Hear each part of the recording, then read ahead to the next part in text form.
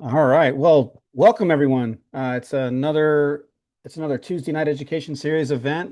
Tonight, we're happy to have a couple guests from Gaia GPS. That's Jules and Tyler are here to show us how the map can just really be our source of truth, can be our base camp. And we're really excited for what they're going to show us through Gaia's mapping software, mapping program.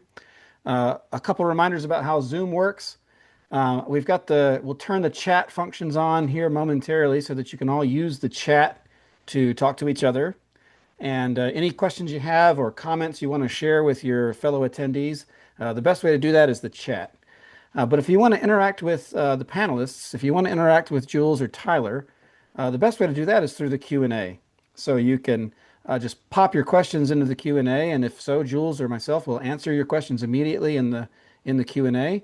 And we'll sort of uplift some of the best questions to Tyler at moments where Q&A might be appropriate. But that's our plan for the webinar. And without further ado, I'm going to jump out of this slide and present our presenters tonight. This is Tyler and Jules. Take it away from here.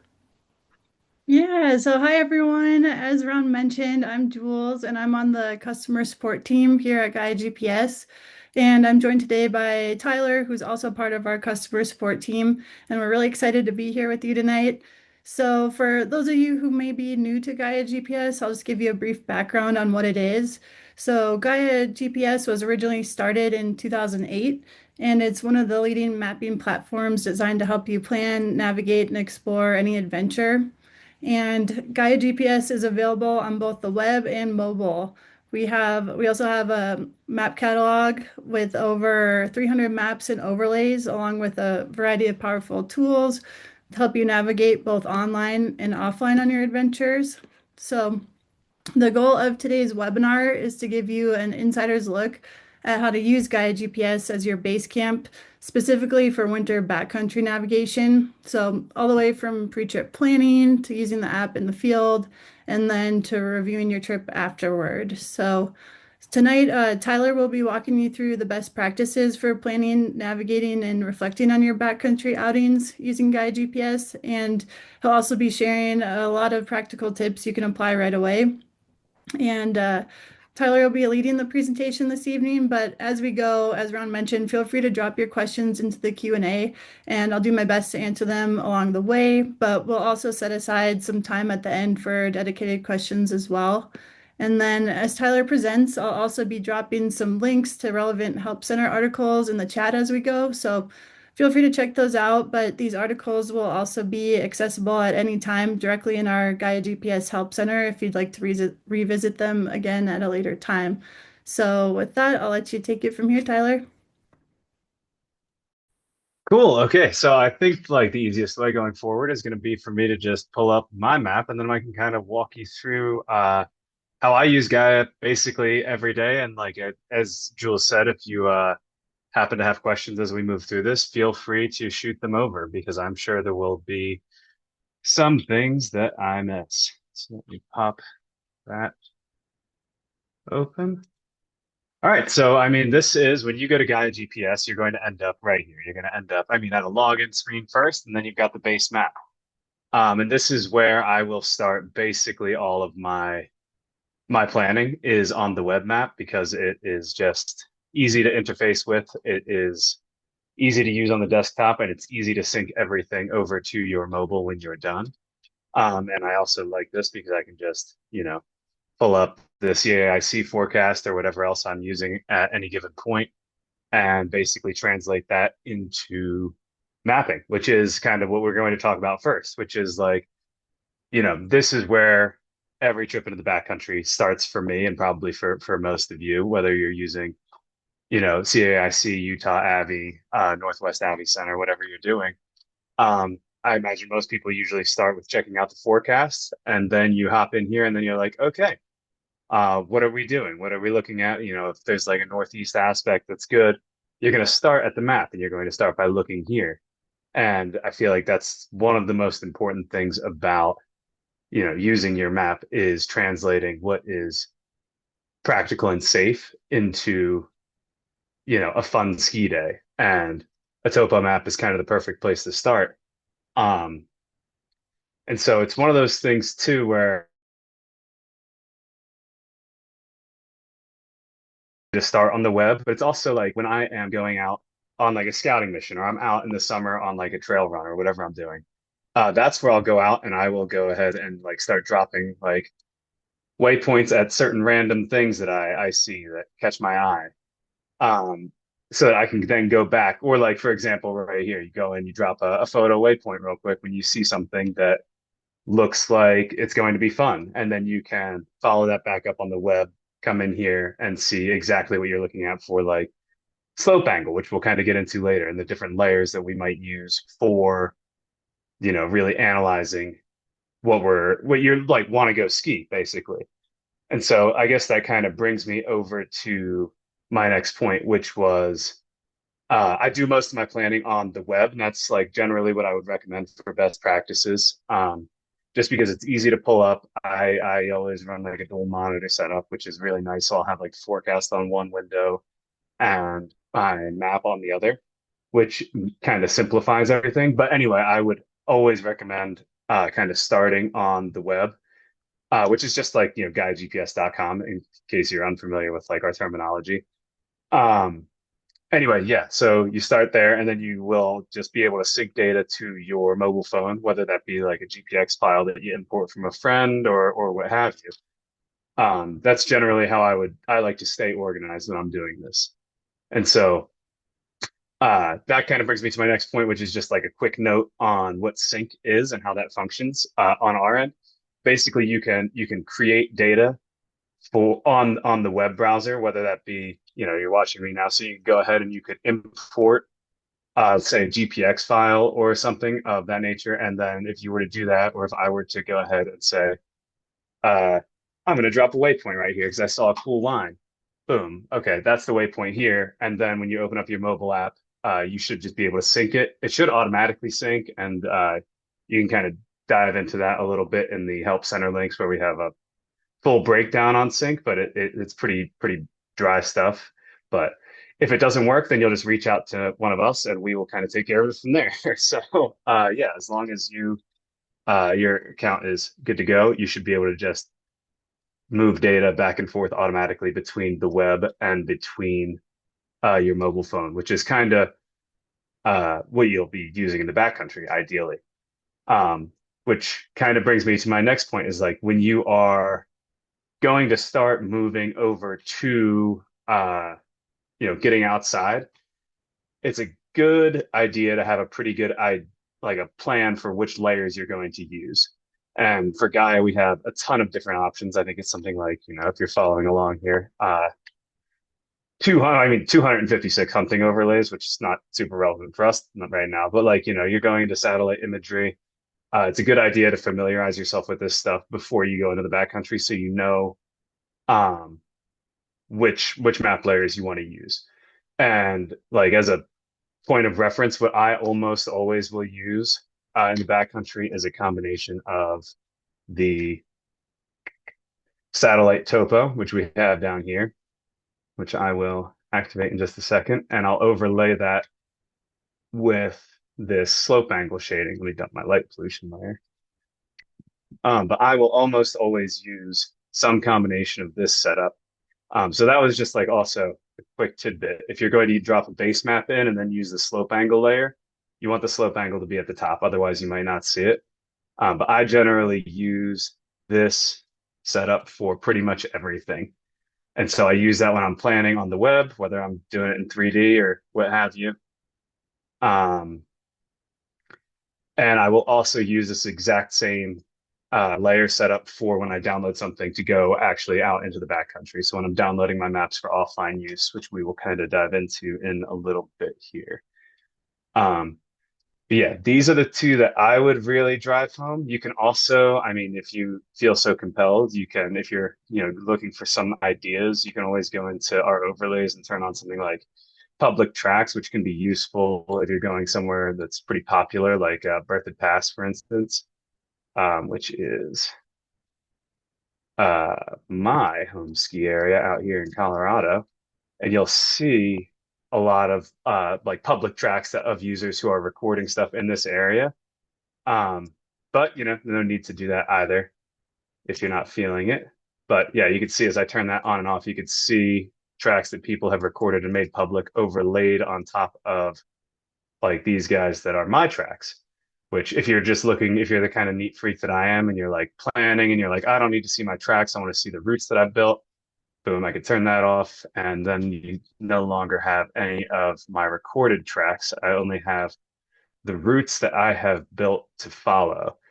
Or vice versa. When I go into the backcountry, I don't necessarily, or like if I'm planning, I might not necessarily want to see old routes that I've planned. I might want to see old tracks that I've done for like future reference, which is where things get super useful, where you can really organize your stuff here. Um, and this is also a good place to note where like I go in and I make like this is a place that I frequent a lot. I go in and I'm constantly making like little notes on, here's a camp that I use. Here's where I might ski. Or here's where I must ski, actually, is how I listed that. Stuff like that. So it's like, I'm putting these notes in here, making note of like what I see. If I see an avalanche, I'll drop like a waypoint there. So anyway, that's like a quick breakdown on how you might want to like use the app to kind of really start to plan this stuff out from the web, where you're diving into looking at, your different like layers and stuff. Also worth noting is like I like to use like I'm trying to figure out like which land management agency or whether this is private property or not. We do offer like those layers as well, which at least for the U.S. For Canada we have a little bit less, but in the U.S., which this is the ARI, not the Canadian Avalanche Center. So for you guys, you would be able to go in here and view, for instance, like the different USGS maps, US Topo, national map. We have the public lands map, which will break down like which wilderness management unit you are looking at. And these are things that I look at if I go somewhere new, generally. But for my day-to-day use, I use this setup most of the time. And I guess now I can kind of tell you why.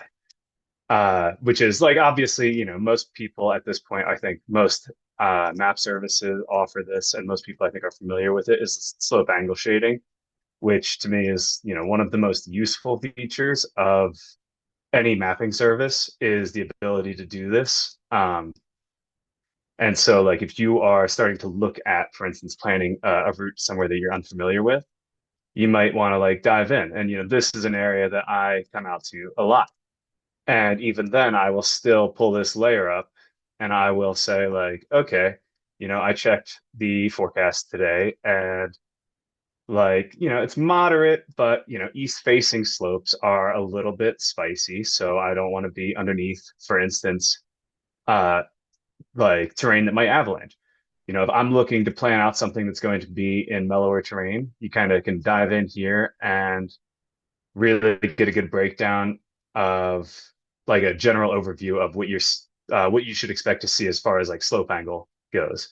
Also worth noting that just a quick tidbit, if you are trying to figure out what the slope angle is, what these colors correspond to, the legend is included on the web here, and you should be able to find it in your app as well, depending on which app you are using. And that kind of brings me to my other point of this two-layer combo, why I like this so much. I'm going to drop this down a little bit, is because if I just have the slope angle layer in the background here like that, it gives you a really good ability to like the satellite imagery on top of it gives you a good ability to visualize the route instead of just, how steep it is. Because like on a topographic map, a lot of the time you're going to miss something like, if you're just following a hiking trail, it's no sweat. Like, a little cliff band where it's like, oh, it's an 8 foot drop, which you might not see on a topo map. Whereas when you pull up like satellite topo, you get to see like exactly what the terrain features are at any given point.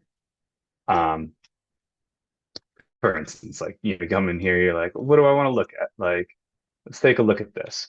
That you can kind of tell it's not really going to be super rocky, but there might be a little band of rocks right there in the middle. which I find to be super useful when I'm planning just from like both a fun perspective and like an I don't want to hit a cliff band in the middle of like a run out uh kind of perspective as well, which is like, pretty useful in my experience. Uh let's see. And so, yeah, like when you're doing this too, you're going in here, you're planning, you're looking at all of this stuff. Like it's really all well and good to have like a pretty clear idea of like, oh, I built my route. Like I've looked at the map, I understand how these layers work. But there's a lot that you're either going to like miss in the planning process, or like when you're getting out into the field, as it were, which is where like I find things like waypoints to be super useful. I mean, I think I've shown you already, but I pepper my map with them at all the places that I frequent, and I put basically everything from like, here's where you drop into this glade to like, here's where there's a drainage with a mudslide. Here's a site of a fatal avalanche, stuff like that. I will drop all over the map just so that I have that quick reference when I pull up my phone and I am trying to figure out, okay, like where am I? What am I doing? Like, are we on track, off track? I can pull those things up and I have like a quick reference for what it is. And then while I'm actually out there, I'll go in and, drop like notes of like, okay, here's this glade, here's, this drainage, here's, some more glades. I guess I was really on a glade kick that day. But yeah, we have that option, which I think like helps me really dial in both like my awareness of where I am and my safety in the backcountry, which I think is kind of the target of, these area courses is being safe. And then, it's fun. You go out here and it's like I was over in this area and I saw this spot way across the valley and I was like, oh, that looks great. So I go into my phone and I just like drop a quick waypoint in there. I could say like, cool, all right, like I can come back and check that out later, which I then did. And it was cool. Um, and yeah, I think that that's one of the easiest ways to like really maintain a knowledge of a specific area. And it's you can always like, drop a waypoint, for instance, if you're skiing different drainages and you want to make sure that you're going to get back to your car.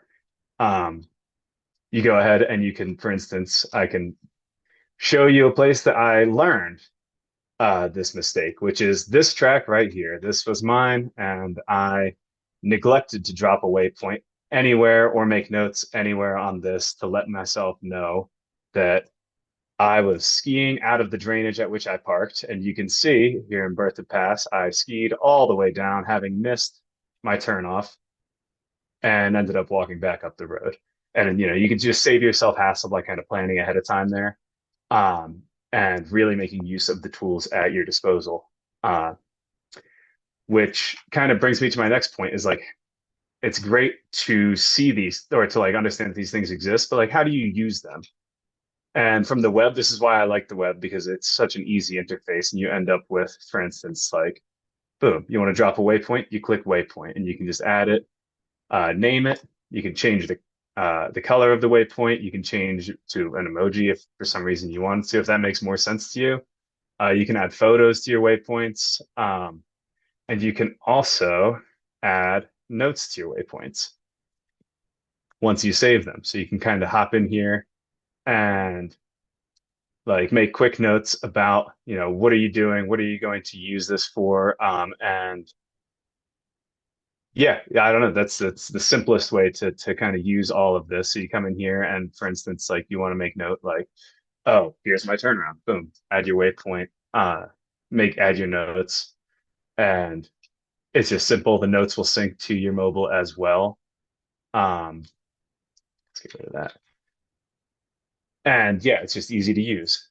And that kind of brings me to the other thing that I use on the web. The tool that I use on the web most of the time is the route building function because I got fat fingers and I'm not very good or delicate on my mobile phone. So I'm like not great at building a route quickly or easily or on the fly. So I like to have this kind of planned out way ahead of time.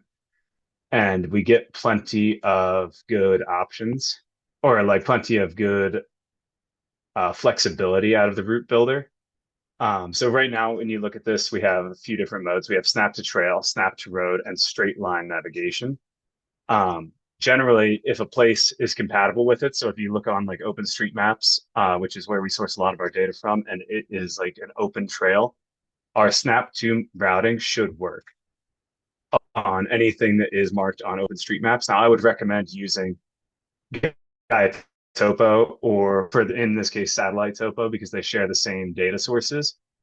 Um, and you can just, if you're following a specific trail, boom, easy peasy, it'll snap right to the trail. I like to do it in smaller segments, but you can really get it to pop out there. Best practice for this too is if it's not snapping to immediately, or if you just click on it right away, it might just go straight line. So you want to give it a moment to load and figure out exactly where you're going. And so if you're going somewhere with, a set trail or you're following a summer trail, I find that this is something that's really easy to use and I just prefer it generally when I have the option. But a lot of the time you're kind of going out to do your own thing, which is where straight line navigation comes in. So in this case, you could see when I did that, I changed this entire route to straight line navigation, and you'll now pop between your different points in a straight line. Which, obviously, like if I now am trying to get it to stick to a trail, I'm going to have to do, a ton of minute little blocks. But what I find this to be super useful for is like a quick, uh, boom, there's a straight line running up there. I know that's roughly 1.8 miles. It's probably not exactly 1.8 miles because I'm just dropping straight lines along this curvy ridge. That's what you're going to end up doing most of the time when you're out picking somewhere new to ski, or like you're looking at a map trying to figure it out. Which kind of brings me to my next point, which is you might have noticed at the bottom, there's like an elevation profile there. And so, like, this is another feature that is useful. So I just dropped this right down this pretty steep looking face. Let me just switch back to 2D. So I just created that route.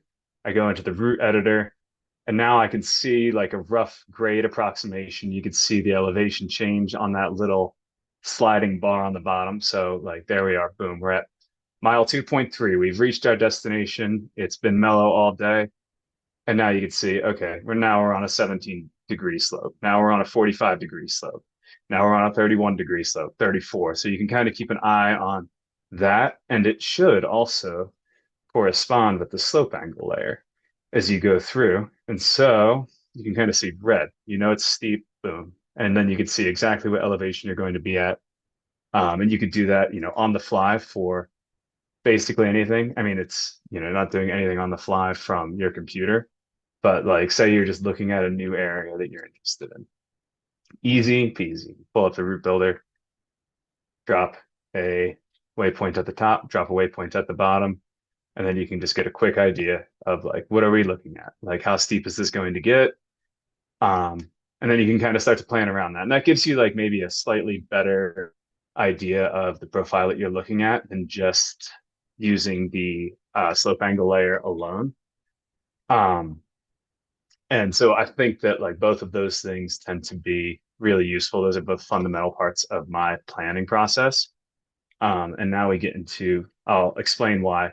I have all these big blocks and polygons of colors, which is, you'll see it referred to as polygons, areas, whatever. Every map has its own version of what all of this means, or like what the terminology is. And so basically, before I go into the backcountry, I will look at the area that I'm going to, and I will say, okay, like here is roughly where I'll be. And so I'll go in here. Let's say I'm going to be, this is going to be redundant because I've already got a bunch of areas here, but I'm coming out, say I'm going to Fraser. I'm going to come ski Devil's Thumb area for some reason. And I'm like, okay, so I need to have a rough area to start with, because with this area, you will then use this to build your your maps for downloading for offline use. So you'll sync this area to your mobile. And from there, this will be the best way that you can download maps for offline use. This gives you like a pretty good wide spread like area as opposed to offer the option to download maps for a route specifically, but that tends to only download like a small area. And I like to have a pretty big buffer in case I get lost, ski the wrong drainage, whatever. So I might say, okay, I'm going to come ski something off of, let's say Jasper Peak. But, there's all these different drainages, and I don't want to end up in the backcountry without a map that is not useful. So what I'm going to do is I would jump in here and I would build an area like this that would encompass basically everything in this area.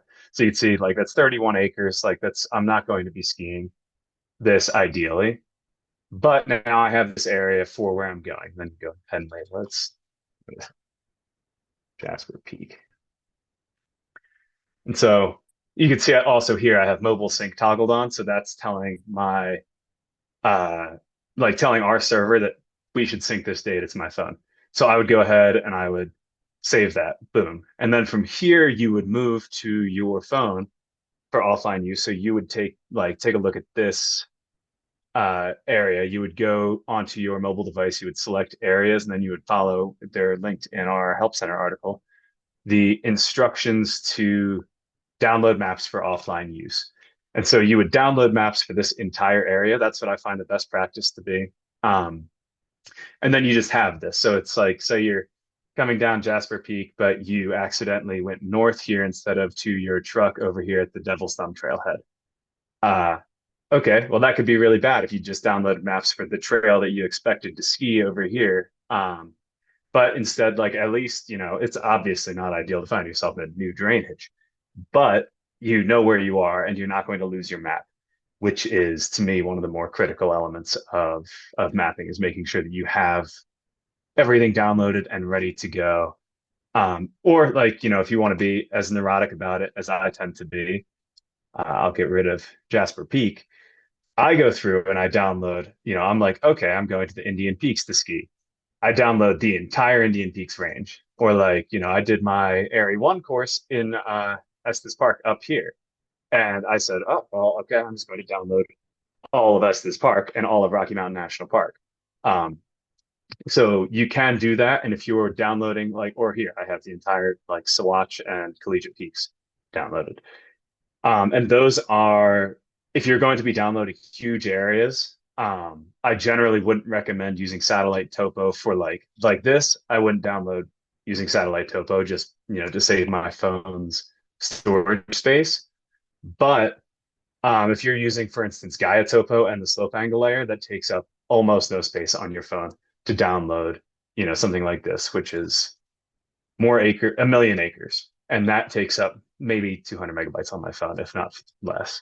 And then I would have a smaller area like one of these, my Berthoud Pass or my Jones Pass areas that I would then use for more high res or higher intensity maps, like my satellite topo map, for instance, or any of our satellite providers. Those are really the big ones. The satellite imagery takes a lot of space on your phone to download. And yeah, so basically that's the rundown on the tools that I would use to get this going and fired up, to get myself ready to get into the backcountry, basically. And so at that point, once you have this stuff built out, you have your plan, you started here, you would want to move to, for instance, to your mobile device or to following along with this stuff as you travel through the backcountry, which I can't screen share my mobile device, I don't think, but I can kind of dive into this a little bit more, or give you more specific directions, which you can kind of find. I don't know if Jules linked the Help Center article yet, but you'll find information on how our routes function in there. And if you also have any questions about that, feel free to reach out to me. But basically, you're going to want to sync this data to your mobile device. And once that's synced, it should just be stored locally. So you don't need to worry about downloading your specific route. That route will be stored locally and overlaid onto your downloaded maps, which can be confusing terminology. But in essence, what you're doing is you're downloading these map layers for this area, and that's giving context to these like routes, these waypoints that you drop. Otherwise, you would just have, a blurry map that's giving you the topo that you're looking at.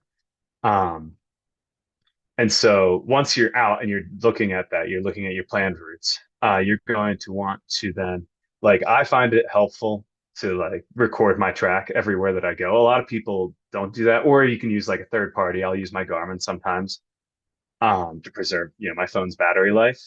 So I'll, record my track while I do anything like this, because I mean, you could see some of the places that I go to where I just record track after track after track and I make notes about them. And I really like these areas. So like I can always see, okay, I went here on X, Y, and Z danger day and really enjoyed it.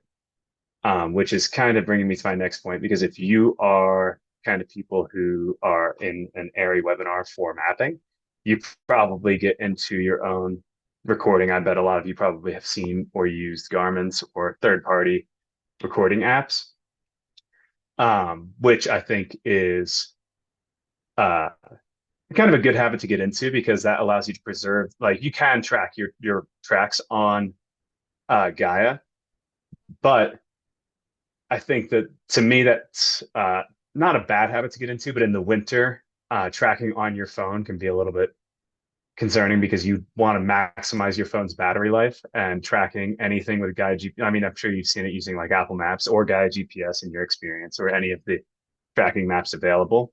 They will burn up your battery life, because, recording something with a GPS takes a ton of energy. And so I like to use a dedicated device, which is for me, a Garmin watch. People will use like Garmin navigators or like third-party watches. I recently discovered that a friend has one of those health rings that will record his tracks while we're out.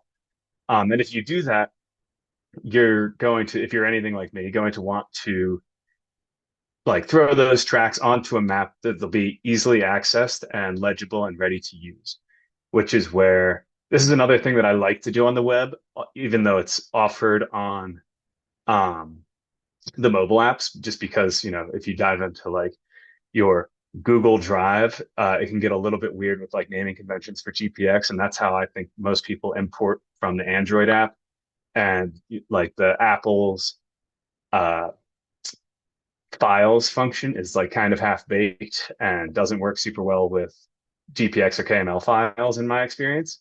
And so that's where I like to come in here and be able to just import any data that I have from my Garmin, for instance. I don't think that I actually have any. We'll just strip this in. And boom, you want to drop something in there, and this should just show up just like a track or a recording. And so boom, now I have this, even though I didn't record it in Gaia, and that's ready to go. And then the flip side is like, if you're trying to share data with somebody, a lot of the time, what I will do is I find it way easier to share data via GPX files, whether, your partner is using Gaia GPS or they're using, Onyx or whatever. These are standard file formats, which make them super useful for use, like across, whether you want to use Google Earth or whatever. So you can export from both the web and from your mobile app. But this is another thing that I prefer to do from web, because anything that I can do from the web, I will choose to do from the web. And so, for instance, like I was pitching this run to a friend recently, and I jumped into this and I said, okay, what do I want to do? I want to export that, boom, GPX, and then you just have that file. It's super easy to do, and this tends to be by far the easiest way to share data, whether that be with somebody that's using GaiaX, then you could just, you know, have them, boom, import it. Or if they're using some other version of mapping software, that like a GPX or a KML will be compatible basically across brands, across devices. Your Garmin will export in GPX and KML and KMZ. And that tends to be the easiest or the best way to do anything like that. But we'll get more into like sharing data with your partners in a couple of minutes here. Because the next thing I wanted to talk about was, I guess I touched on this already, but I just wanted to like, you know, jump in on or really hammer this home, which is like adding field waypoints. And if you've done your area courses, you'll know like, making observations and notes is critical to basically safety and like success and longevity in the backcountry. And so that's where you want to go in. And I touched on this earlier, but for me, if I go to a place a lot, I will add like waypoints or little tracks or notes anywhere that I see, like slides, regular slides, or like if there's a historical slide in an area that I've gone to. Like here, unfortunately, a few years ago, there was a deadly avalanche here. And so I marked the waypoint where it started, point 12. I forget it was just the elevation of the point. Um, and then, made a little area showing basically the run out for my planning purposes, the run out of that avalanche zone so that I could make note going forward and just like have that as a red flag every time I open my app when I'm in that area. Um, and that's, I'll also do, for instance, like um, little notes mentioning specific like slope hazards, or if like I'm looking at the topo map and it doesn't show a cliff, and then I'm out there the next day and I see a cliff or I see like a boulder that I want to go back and investigate or whatever, I will go ahead and drop a waypoint on anything like that. Or like, for example, here, turn right for West Bowl. If I wanted to go into this specific bowl, like I'm dropping a point to remind myself, hey, this is where you have to turn. And when I pull that up on my phone, that's an instant like, okay, boom, like I don't have to spend 2 minutes digging around through my phone in the snow to figure this out. Um, and that's also like a really good way too, if you're going to the same places regularly, to keep an eye on like changing snow conditions. Drop a waypoint where you see something weird, like, hey, is this slope sunbaked? Like, drop a waypoint, easy peasy. Like, are rocks starting to protrude from the snow here? Boom, waypoint. I use them almost as like a just a note to self function. Um, Along with about 10,000 other things, but they're just so easy to use. Oh, or here is a great example. It's point of no return. Like if I hit that point, I have to walk up the road. So drop a waypoint there to remind myself. Um, and so I guess like with all this talk about using the map for planning and other stuff, uh, it's really easy to get sucked into like, I'm staring at this line and I'm like, okay, I really like this looks like fun. I can't wait to come out here and ski this. Um, and like, say you're trying to plan something out and you're like, okay, like this is relatively low angle. This will be a pretty mellow day. And then you get out there and you're like, you pull out your inclinometer and you see, this guy predicts that this would be 32 degrees and you measure 36. Um, that's a really good case study of, trust what you're seeing in the field because mapping apps have their limitations. You're looking at this is a topographic map. And so like, you can look at this and see the elevation bands and how that changes, know that this is 12,200 feet and this is 12,000 feet. And the app will, based on that and based on satellite imagery, do a best guess of slope angle here. But if you're in the field and you're measuring the slope that you're about to ski and you're seeing something different, then like that's different and you should definitely consider that. Or definitely like disregard what your map is telling you at that point and trust what you're seeing because it's worth like that's just a limitation of any mapping software and you want to be sure that you're not just following it blindly.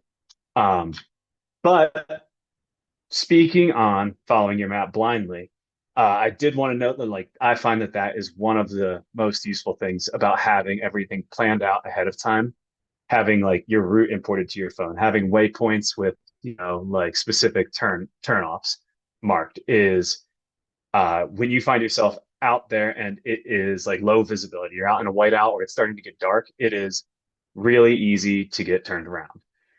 And that is somewhere that, obviously it's suboptimal to be just skiing along essentially blindly or hiking along blindly.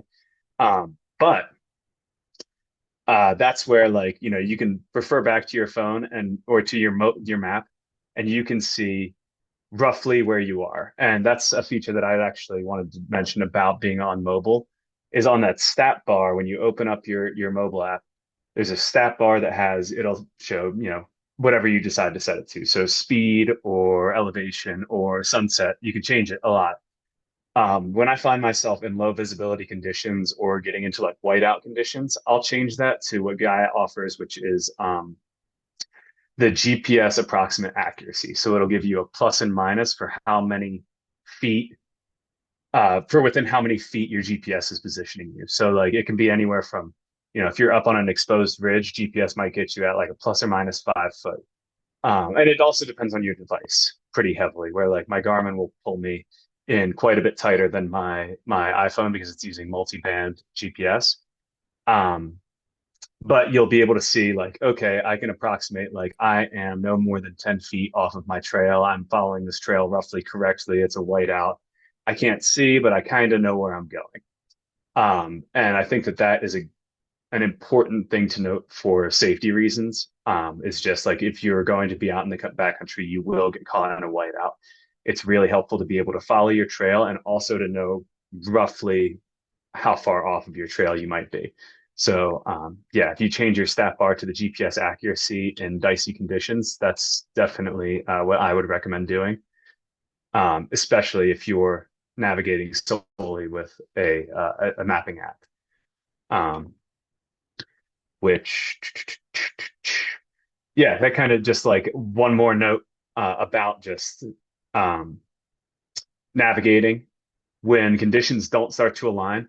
You should adjust your navigation based on like what you're seeing, based on your field observations, basically. So if you're seeing like, oh, this looked like it was low angle on the map, but we're seeing slides because from like the most recent storm there, uh, navigate around it, drop a waypoint, make a note about that so that you can go back later and be like, okay, this was not what we expected to see. And then you can account for that going forward. Or, if you have to detour around something, drop a waypoint, make a note, etc. Anything like that. Which kind of brings me to, the next, like what I would recommend doing, the post, you debrief when you're done. Um, so like once you get back, you're gonna sit back, you're gonna want to like take a look at, if you've taken any area courses, you'll know like you get home, you debrief with your partners, you talk about what went right, what went wrong. And the map is a really good place to do that for both like planning for the future purposes and also like, if you're tracking your route, you get a real time uh, demonstration of where you were and can kind of go through almost minute by minute what you did, which is something that I like to do, especially on like bigger days. Um, so like the first step for me, because when I am done using my phone, I'm out of the field and I get home. I hate using anything. I hate being on my phone. So like for me, I want to get everything to the web, which is where you would return to syncing your record, like any tracks that you recorded or any waypoints that you added, you'll sync those and they'll be automatically transferred to the web. At which point you can kind of dive into the waypoints that you made in the process of your trip, and also you can dive into or like and as you work your way through any recorded tracks that you made, you can make waypoints from the web, making note of like, oh, I went to, we backtracked here. Here's why we backtracked. Anything like that. Also worth noting here that you do have the option to use photo waypoints to drop photos anywhere that you see something like this. So like I saw a couloir close to the road and I was like, neat, I'm gonna drop this waypoint here, take a picture of it so that when I go back out there again, I can line up I can basically see, here are the rocks, here's what it looks like, here's the entrance to this couloir, anything like that. And yeah, that's like where another useful thing I've found is if you plan a route and then you don't use exactly that route, compare and contrast the two. Like, why did they differ? And make notes of that so that you don't mess that up in the future, or so that you like can plan better in the future, or like, oh, we set a route down coming up Jones Pass over here, and we detoured around our normal exit because it's now running water because it's, mid-June. For instance, if you are making note of like things like the actively changing environment, I find that to be a really useful thing to reflect back on when you are done. Um, and that also brings me to like a quick mention for like just avalanche preparedness or avalanche safety, which is, you know, I find that like it's really useful to go back and say like, what did I see in the snowpack as we were ascending or descending? Like, how did that change as we went up? At 14,000 feet, what did things look like? What was the temperature? Was it cold? Like, how much different was that from like when we hit 10,000 feet? Um, and like that's also where I find like I'll make those notes and I find it really useful just for like sheer joy of skiing purposes to jump in and, for instance, make notes about like how did the conditions change and at what time did they change? For instance, like are you sitting on top of a north facing couloir till 12:30 before realizing that like it's just not going to get soft? Like are you keeping track of those things? And I think that like using waypoints and notes are really useful and easy ways to kind of keep an eye on that. Um, and yeah, so I guess like when you have all of this data, you have partners, you're doing this with other people. That's just somewhere that I think I'm running out of time here. Went on for a minute, but that's somewhere that it's really useful to dive into some of our other functionality, which is um, our shared folders, which is something that they're finicky. So I'm going to tell you everything that I can about how to use these as best as possible. I find them to be super useful for stuff like this. So these are two folders that I own, that I just share everything with my ski partners, and they can add things to these folders as well, where we can put, any notes that we have, any routes that we build, any areas, we can put all of that into one of these folders, and then each of us has access to the same stuff. So like as we're going through and all having our own waypoints and whatnot, we'll go through and we'll add different items to our folders. And so we can share all of this data um, across our accounts, which I find to be really useful. I guess the only real complication with these, and one thing I would always caution you against doing, is if you add a shared folder to another shared folder, our system just really doesn't like that. And you will save Jules and I a lot of trouble if you don't do that. It's tempting because organization is king, but shared folders should always be on their own. But don't let that stop you from using them because they are really useful for sharing all this sorts of information between your friends. So like, marking chutes that we've skied, adding our tracks from past ski days to this folder, adding any of this stuff is just incredibly useful information to share easily between your ski partners or your backcountry partners, whatever sport you're doing. Um, and yeah, I kind of jumped into most of this already. I'm going through my tips sheet to see if there's anything else I wanted to mention for you guys. I like to color code waypoints. If you can just change your waypoints to emojis or to color coding for basically anything. And so like if I see an avalanche, boom, I drop this black waypoint.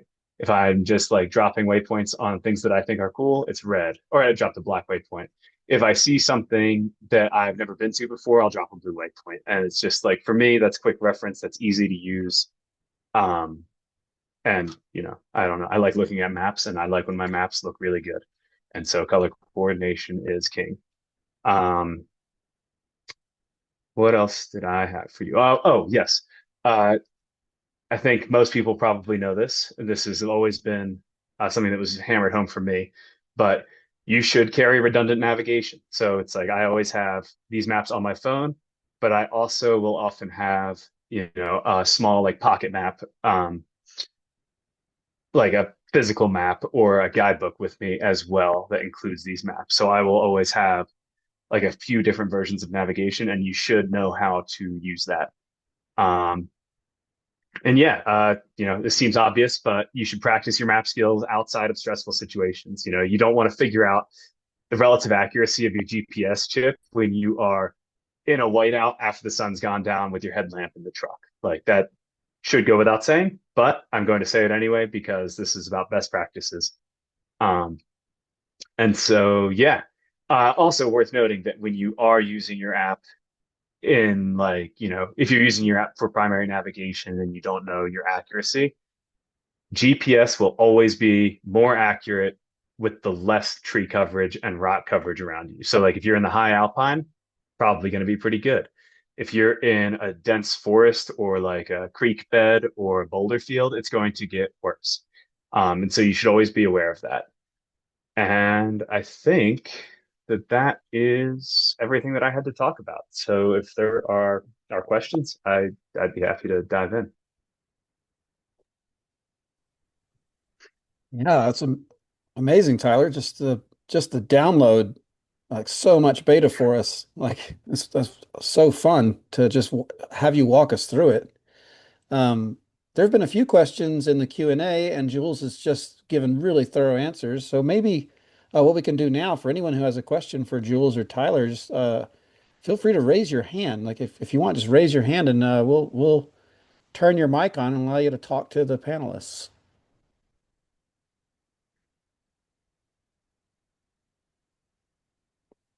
There's a raise hand widget.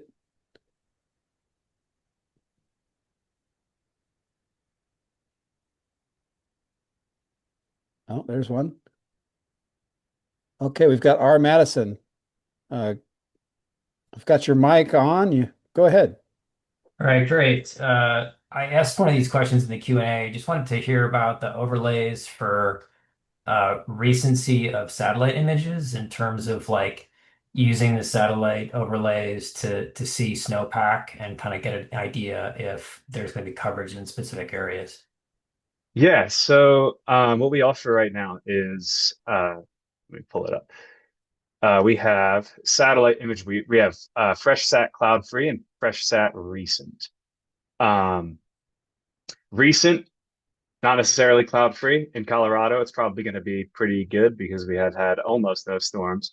But as you're looking at like this layer, for instance, you can see the date that the picture was taken. So in this case, like this quadrant was 11026, 11026, and that will shift as you go. Although it looks like this region is pretty good about that. But this is where I would go to check like if I wanted to see what the most recent conditions were. Um, and it should usually be within a couple of days. And then if it's been really stormy, you can always fall back on the fresh sat cloud free layer, but that's just it's less reliable. It's also uh, not necessarily going to be because like a composition of different images to put together a cloud free image, which makes it to me a little bit less useful. If I'm really trying to like jump in and see like what snow might look like, I would use one of our snow depth layers, so snow stations or our snow depth. Um, did I kind of answer that question? Yeah, it did. Thank you. Okay, cool. Yeah. Yeah. And then like you can look at the snow depth layer. I'm not going to show Colorado because it's going to be really sad. I'm going to go somewhere else. Let's go up to British Columbia or Jackson. Cool. Yeah. And then you can kind of dive in and see, for instance, like this has the little legend here. So you can see basically what you should expect the base to be generally. And there will be places obviously where it's thinner. Anywhere that's, if there are rocks underneath, it's going to be a little bit thinner. So just be aware of that. But this would be like the general base. And the snow depth layer is updated nightly, just for reference.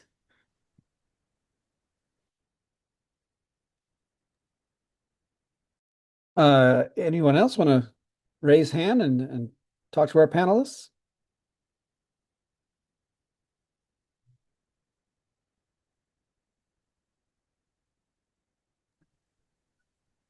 If anyone has a question too that they think of later, feel free to reach out to us on the customer support link. I can drop the link in just a second here. And yeah, just mention either Jules or Tyler, and we can work directly with you one-on-one for any questions that come up. That's just one of the coolest things about Gaia GPS is how responsive the folks like Jules and Tyler are just amazing folks over there. All right. Well, Tyler, can I have the screen share back? I'm gonna just Oh, sure thing. I kind of forgot I was doing that. There we go. I'm gonna show a couple sort of a couple of final slides as we say goodnight. Uh, Folks, so the rest of our webinar series continues. Our Tuesday night education series continues every Tuesday night. Next week, we've got Reco and we've got Arva, and we're going to talk about radios with BCA, and we're going to talk about boots with Blizzard Technica. It's just going to be a lot of fun as the winter continues on, and more expertise with the same quality as Tyler and Jules brought us tonight. So, yeah, tune in for more of those. Um, as you all know, like we're always seeking feedback on our webinars. So Ari is happy to hear that feedback. And as you all know, Ari is a nonprofit. So the more you can support us and our work, the more we can keep bringing you content like this. Thanks to folks like GAIA GPS. So thanks, y'all. Thank you so much. Just capture that QR there, and the more you can support Ari, the more we'll appreciate it. So thank you so much. I'm going to pop out of our share here.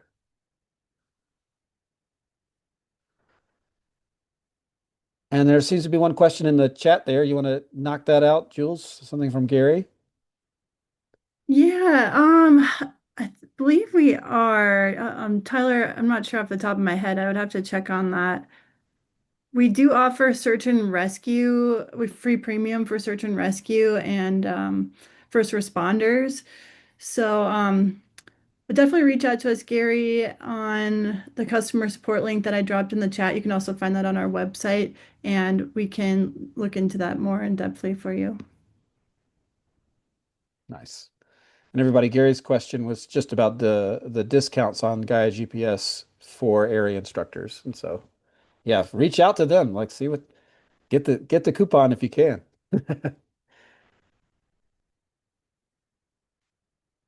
All right. Well, then we'll say goodnight to everyone. As just Cool. folks drop on off, we'll just thank you all for coming, and thank you, Tyler and Jules, for such a great presentation. Yeah. Thank you for listening. It's not often I get to just talk about maps in the backcountry for like an hour. So this was great. No, we could I feel the psych for sure. It's Yep. like it's fun to just imagine what it would be like to tour with you. And Yeah. I can see it through the map. Yep. It's just waypoint after waypoint. Hang on, guys. I gotta look at the map real quick. So, you know, pedantic. Oh, and I think there's one more question in the Q&A from Oh, Lauren before we go. Are there any plans to integrate AVI reports? I haven't heard any plans in the near future, but our product team is always working on awesome features that are launching with all the upcoming updates. So definitely stay tuned to our blog for any huge updates. But then we also, I dropped this in the answer for another Q&A question. Let me find it. We have a feature request link. So definitely request it as a feature, and that'll go directly to our product team. I'm going to drop this in the chat right now too. That'll go directly to our product team to consider for future updates. So the more feature requests, the better. yeah. I'd totally pounce on Tyler's sort of note to self type use of waypoints, and especially if there was a site of an accident I wanted to remember. Yep. Great. Well, thank you all. It's been a good night. I'm gonna shut it down. Yeah, thanks so much. Thanks everyone for joining. I hope you have a good night. Good See night, ya. all. Bye.